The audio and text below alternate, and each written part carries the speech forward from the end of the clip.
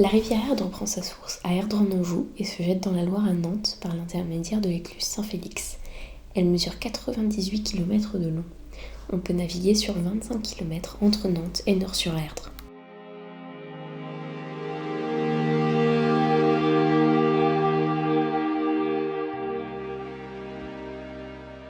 L'Erdre, anciennement petite rivière à sec en été sur Nantes, a subi au fil du temps de grosses modifications, notamment sur la partie navigable.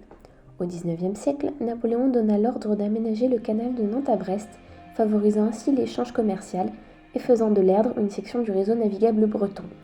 Pour ce faire, le niveau de l'Erdre a été augmenté artificiellement grâce à des écluses, inondant ainsi des zones privées.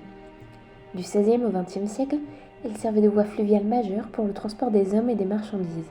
En parallèle, une activité de loisirs s'est développée, avec notamment la pêche et la voile sportive.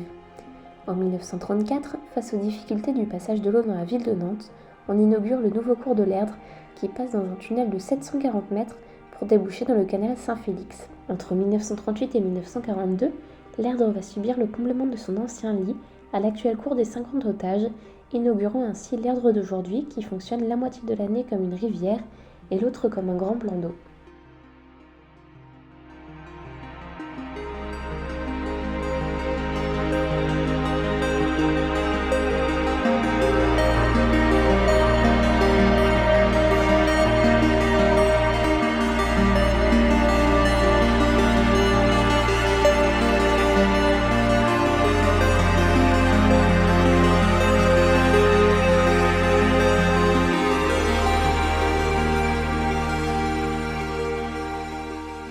De nos jours, la navigation commerciale pour le transport de marchandises a décliné, contrairement aux activités de loisirs qui se sont diversifiées.